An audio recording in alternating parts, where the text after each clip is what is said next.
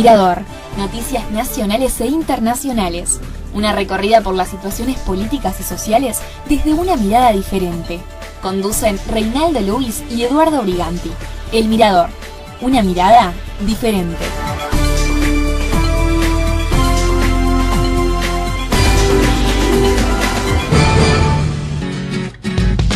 ¿Sabía usted que Uruguay tiene una riqueza en piedra caliza mayor a 10.000 millones de dólares? La piedra caliza es la materia prima principal para la producción de cemento Portland. Esta riqueza tiene que ser explotada para el beneficio de todos los uruguayos y no permitir que se la lleven multinacionales. Para esto ANCAP debe continuar realizando las inversiones.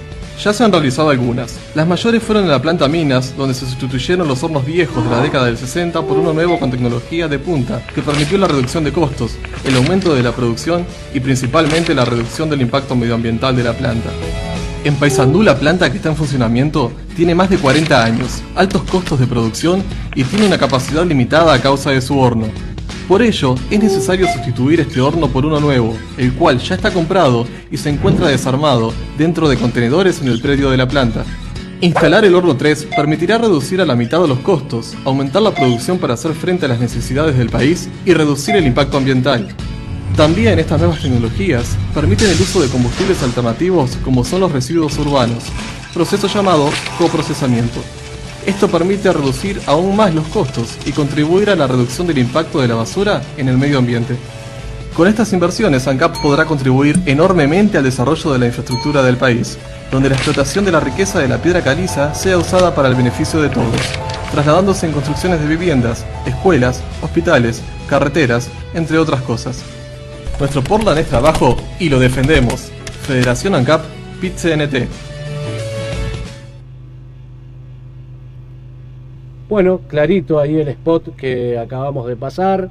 Realmente nos explica exactamente esta situación del Portland aquí en Uruguay, donde, bueno, estamos viendo cada cosa que ni que hablar. Bueno, tengo dos videos para pasar. Tengo varios, pero vamos a ir alternándolo. Vamos primero al video de la movilización de Paso de los Toros, que es sumamente interesante, son un minuto. Vamos a estar viendo allí entonces cómo los trabajadores se movilizaron, y luego vamos a la nota con Daniel Diverio, presidente del Zunca, inmediatamente.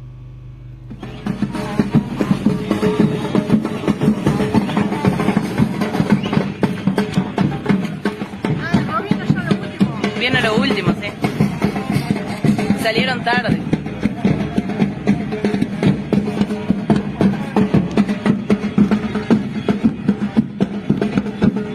Vamos, Joaquín, vamos el Zunca, carajo.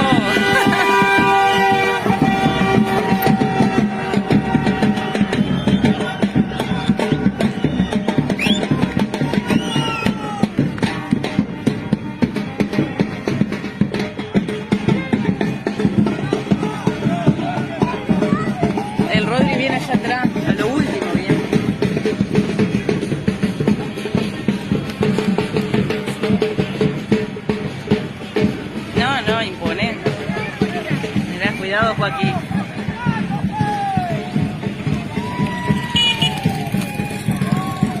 Cuidado atrás,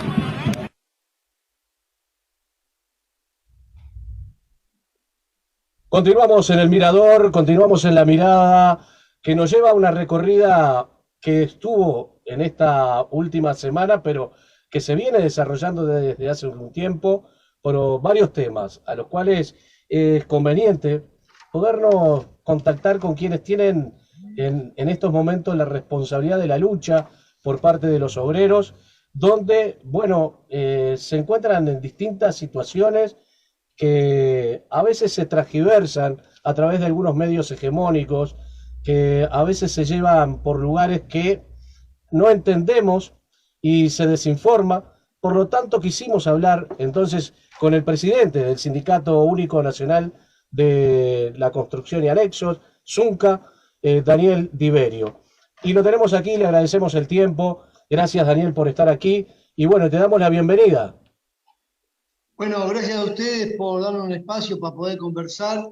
Y está claro que, primero que nada, resaltamos el esfuerzo que hacen justamente esos medios de comunicación alternativos, que son los que intentan, por lo menos, visibilizar aquellas cosas que los grandes medios de comunicación ocultan por lo general. Por eso para nosotros es una alegría poder compartir con ustedes este espacio, ¿verdad?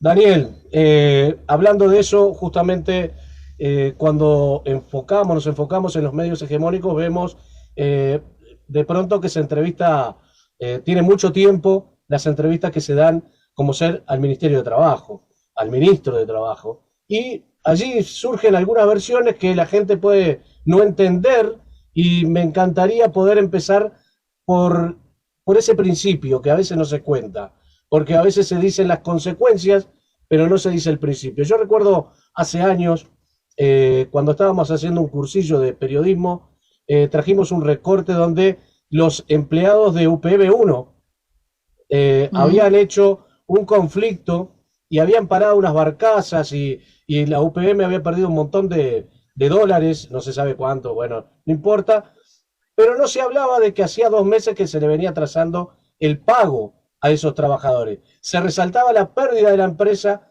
pero no se resaltaba la pérdida salarial que tenían los compañeros. Entonces, el demonio acá eran los trabajadores, pero en realidad quien comenzó todo esto fue de parte de la empresa. Bueno, me gustaría saber entonces ahora en cómo comienza este conflicto aquí en la planta de UPM 2. Bien, bien, en realidad, bueno, por lo general cuando hay un conflicto, el conflicto existe en los centros de trabajo.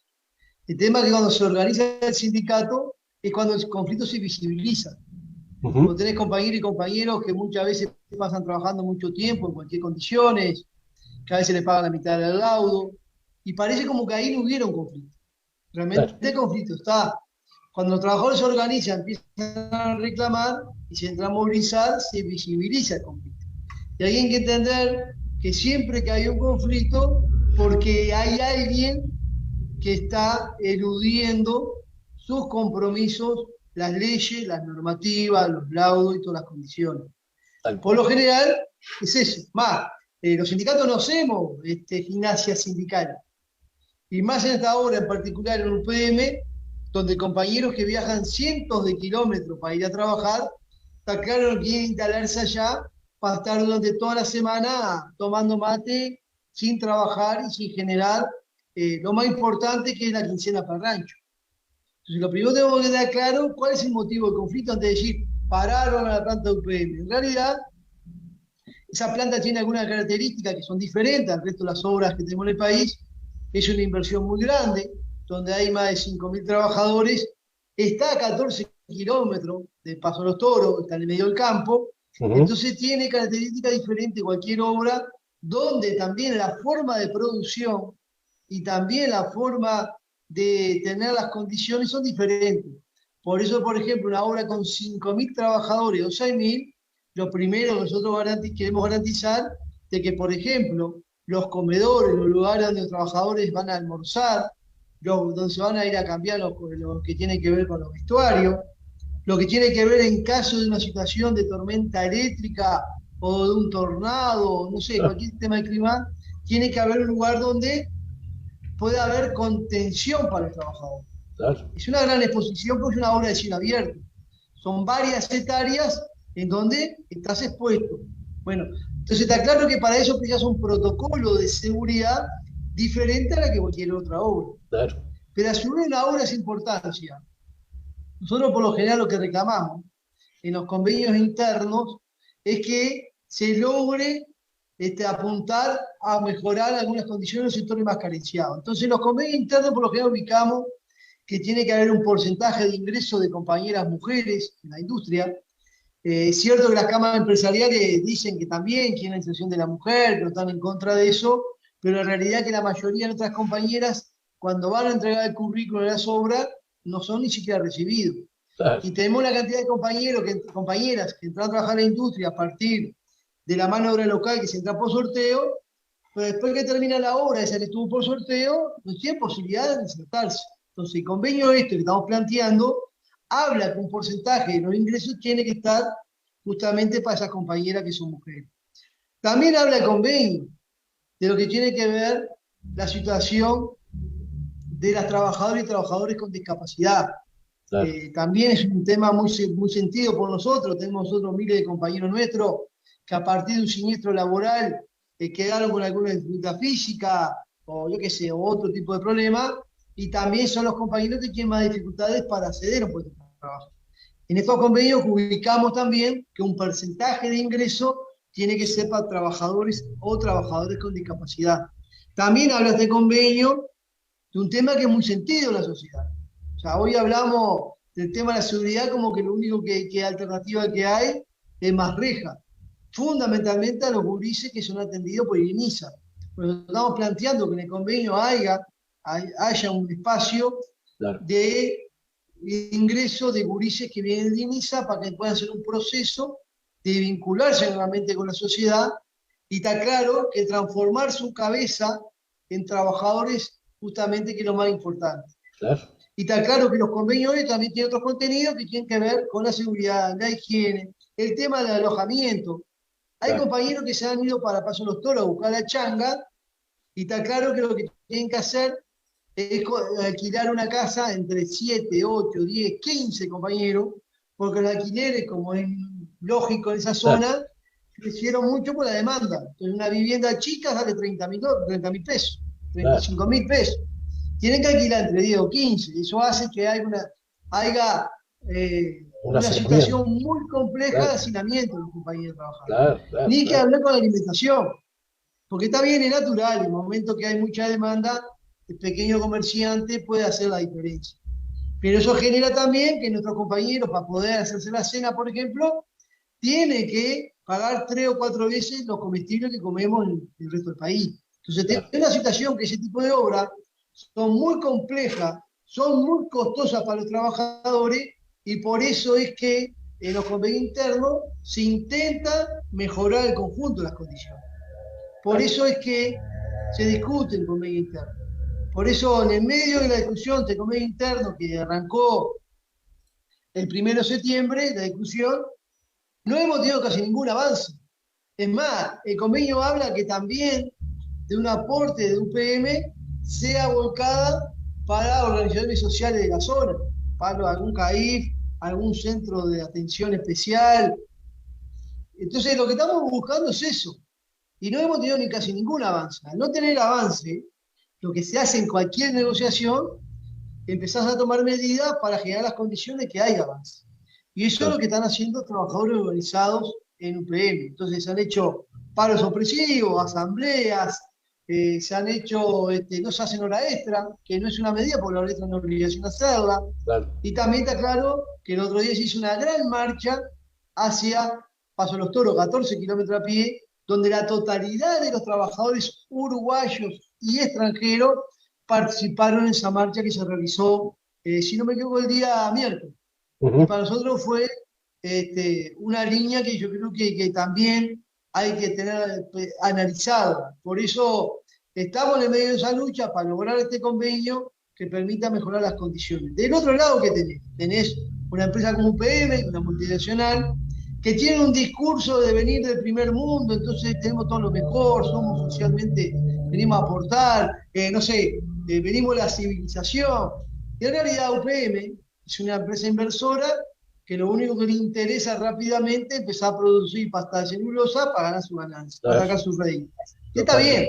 Ahora, lo que hace es también generar condiciones jodidas, porque lo que hace también, contratando empresas extranjeras, muchas de ellas, que vienen con culturas diferentes, que traen trabajadores extranjeros con contratos que son salvajes, están por abajo de los laudos, con carga horaria de 14 y 16 horas sin hora extra, con una cantidad de situaciones complejas, que nosotros decimos, bueno muchachos, bienvenidos trabajadores extranjeros, no estamos contra los trabajadores extranjeros, somos trabajadores igual que nosotros, queremos que estén en las mismas condiciones que nosotros.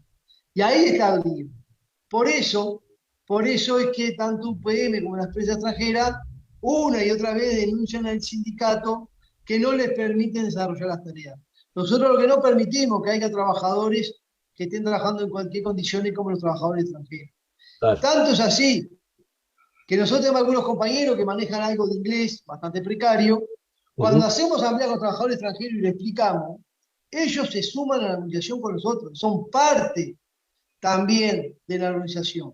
Entonces, yo creo que estamos en un escenario en donde está tirante la cosa, es cierto, pero bueno, vuelvo a reiterar, nosotros estamos peleando para generar mejores condiciones para sectores de la población que hoy no acceden a algunas cuestiones. Ni que hablar con lo que tiene que ver con los ingresos. Estamos diciendo que hay que democratizar el acceso al ingreso. Para eso tiene que haber un porcentaje de sorteos para que los compañeros que se anotaron tengan la posibilidad por sorteo poder ingresar a trabajar. Ni que hablar, contemplar lo que tiene que ver con la mano de obra local, tanto de Durano, Centenario, Paso de los Toros, que deben tener condiciones para acceder también a los puestos de trabajo, ¿no?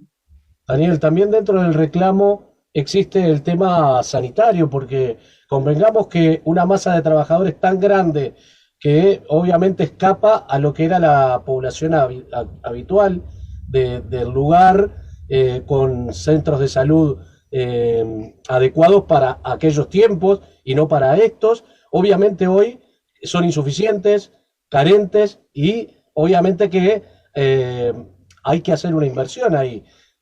¿Cómo está también dentro de los reclamos? Claro, porque está el tema que está dentro de la obra, ¿no? La forma de trabajo, lo que son las categorías, la inserción de la mujer, que decía yo hoy, discapacidad, lo que se inicia, el ingreso por sorteo, lo que tiene que ver la capacitación. Fíjate que en Uruguay, cuando se hizo la primera planta de UPM, allá en Prevento, se decía que en Uruguay no había un solo soldador que podía trabajar en ese tipo de obra. Y estaba difícil conseguir montajistas y cañistas, y se vinieron miles de trabajadores extranjeros.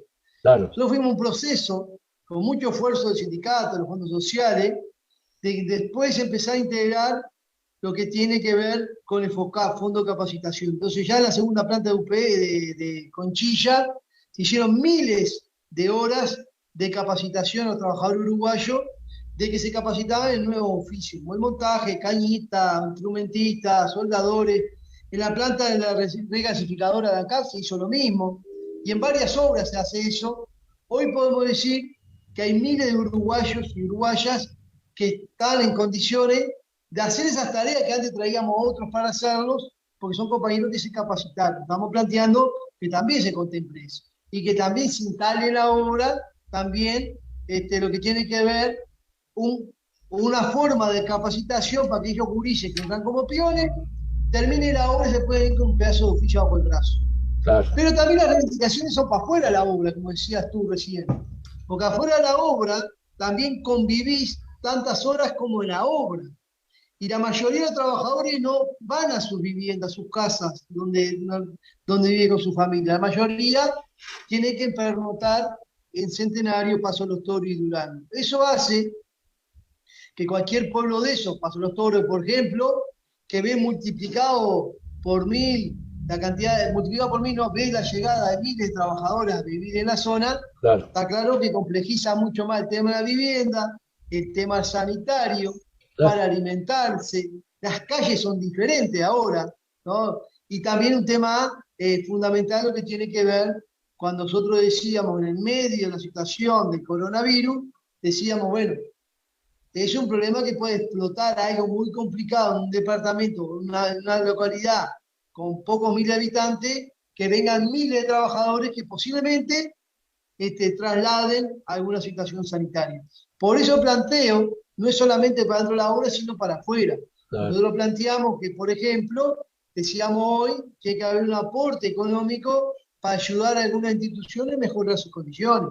Estamos hablando con algunas policlínicas, estamos hablando del centro de atención de primera infancia, estamos hablando de lo que tiene que ver con áreas de recreación, porque también es cierto que miles de trabajadores salen de tarde y la verdad está difícil encontrar un lugar de esparcimiento porque también son muchas horas de ocio y eso no ayuda a tener el mejor relacionamiento con los vecinos. Por eso el reclamo va más allá de la obra.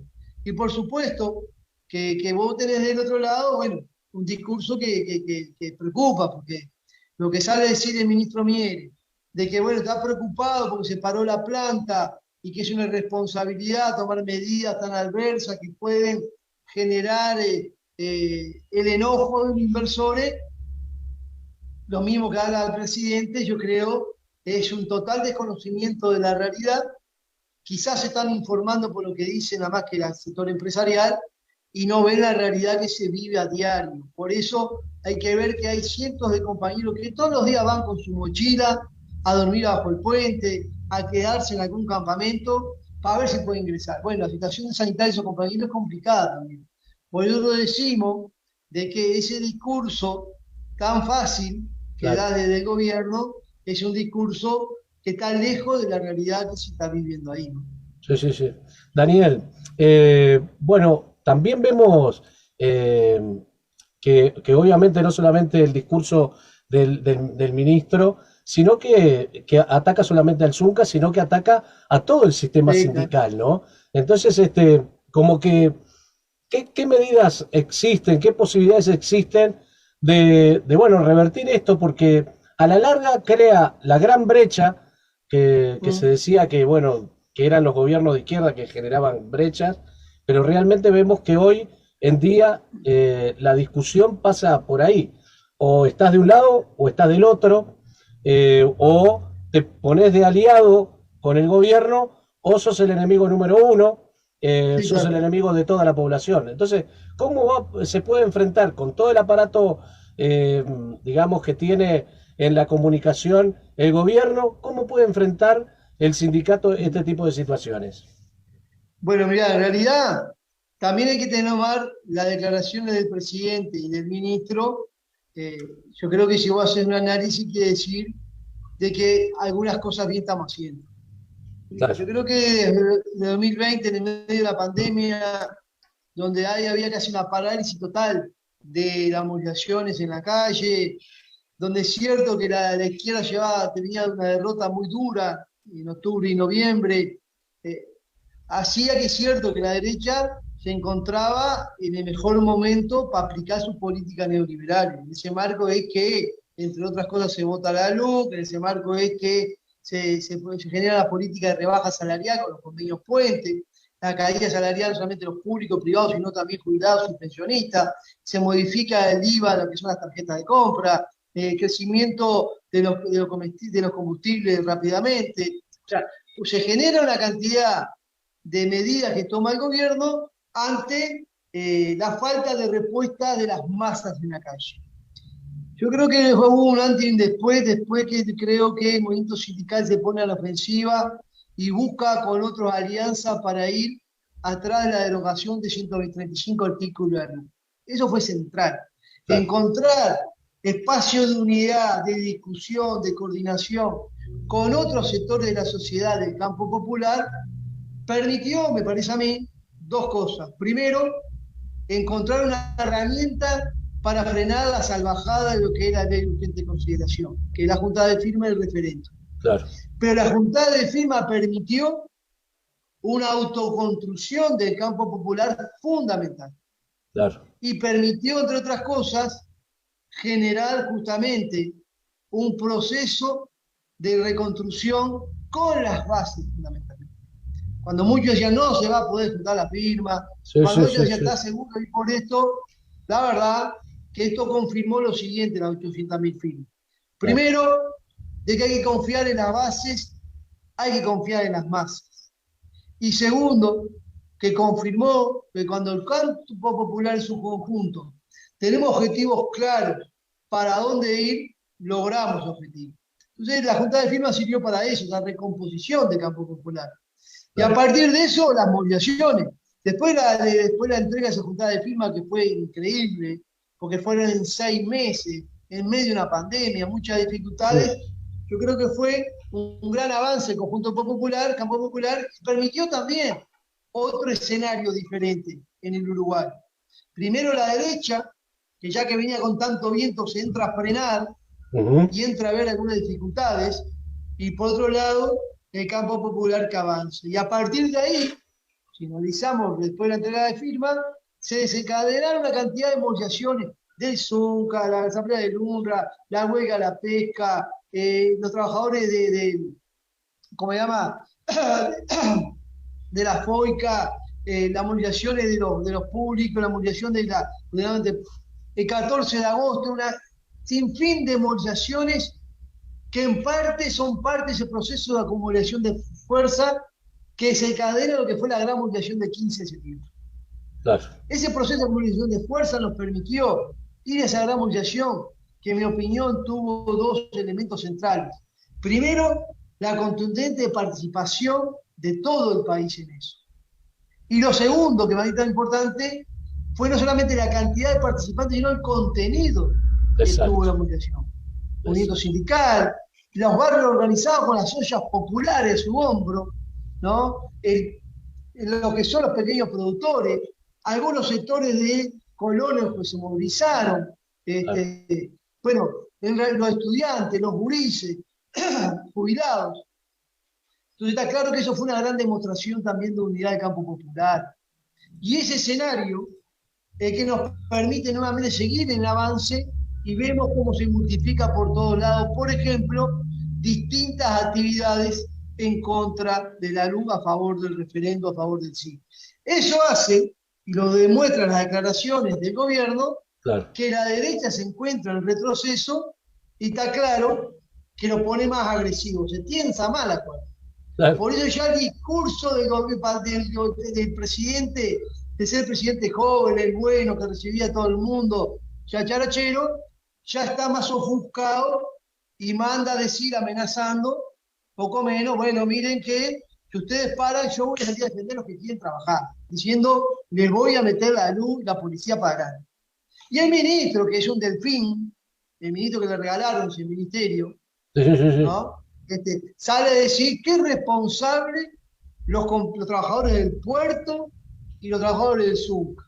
Que los trabajadores del puerto paralizan la economía del país, que hacen perder 20 millones de dólares, trancan todo las exportaciones del Uruguay. Eso nos deja en un tema muy debilitado. El presidente decía lo mismo. Ya nosotros analizamos los trabajadores portuarios que ganan salarios bajísimos, que no tienen asegurados los 25 jornales al mes, algunos trabajan 10 12 jornales, que tienen muchas veces dificultades para poder resolver llegar a fin de mes. Resulta que una persona de esa, con toda esa fragilidad, es la responsable de la economía del país. Nos están confirmando que los trabajadores somos realmente los verdaderos mallas de oro que sacamos adelante el país. Con eso lo confirman porque dicen, bueno, si ustedes paran, se para la economía. Qué noticia, está bueno que lo reconozcan de esa forma. Claro. Pero a su vez, hacen responsables a los trabajadores del puerto porque pelean por eso y no son capaces de ser responsables al poderoso, a las empresas que están acumulando riqueza como nunca, que le regalaron un puerto y no quieren negociar un convenio colectivo con los trabajadores. Vamos arriba, amigos. A ser responsables que tienen que ser responsables. Los responsables son las empresas, que decíamos en principio, que de última son las que provocan el conflicto. Claro, el conflicto se ve cuando los trabajadores salimos a la calle. Y ahí dicen, pero ¿por qué paran? ¿Cómo no vamos a parar si hace meses que estamos intentando negociar y estoy diciendo el problema que tenemos?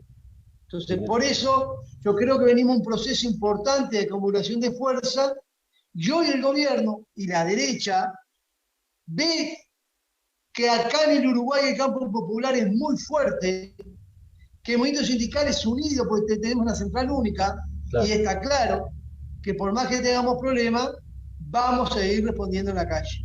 Yo creo que es una señal, el enojo del presidente, el enojo del ministro, es una señal de que estamos caminando bien, ¿no? Daniel, te agradezco el tiempo, realmente muy esclarecedor, toda la fuerza para esta lucha, porque obviamente, como decimos, los trabajadores tenemos que estar unidos, así que arriba, y bueno, agradecerte el tiempo también para los medios alternativos que estamos tratando de también ponerle el hombro, y también estamos siendo atacados por el gobierno, estamos siendo atacados por la derecha, pero que bueno, seguimos en esta lucha, seguimos en este barco, hablando ya en términos portuarios, no en términos de la construcción, pero le ponemos también el hombro para la bolsa, para acarrear también esa bolsa que obviamente contribuye a todos los trabajadores y trabajadoras de nuestro país. Gracias, Daniel. Un minuto nomás, si me permitís un mensaje. Echale nomás, Hoy tuvimos echale nomás. Ejecutivo en el Zunca y resolvimos algunas cosas. Primero, bueno, confirmar que va a haber un encuentro programático de trabajadores de la construcción que se va a hacer el día 29 y 30 en el velódromo municipal. Estamos esperando 800, 100 delegados para discutir sobre el tema de empleo, seguridad social, un tema muy sensible, y vivienda, que algún día capaz que podemos desarrollar sobre estos temas. Estaría buenísimo. Ese encuentro programático lo estamos procesando y ya hicimos varios encuentros regionales con los delegados de las regiones. Invitamos a otros y otras que participen también.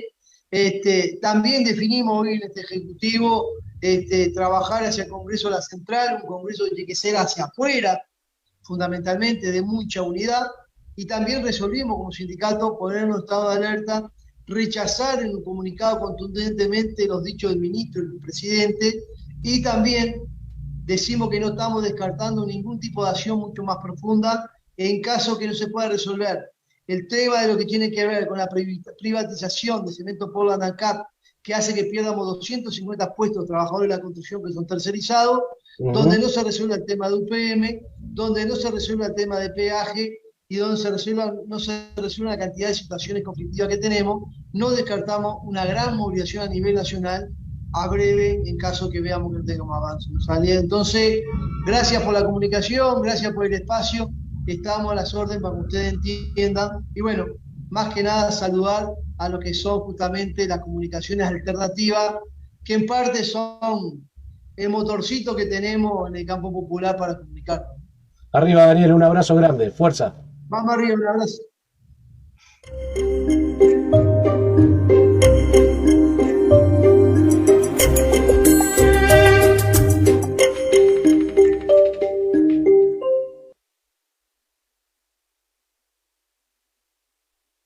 Bueno, así pasaba Daniel Diverio, presidente de Zunca. Allí nos comentaba todo lo que tiene que ver con el conflicto.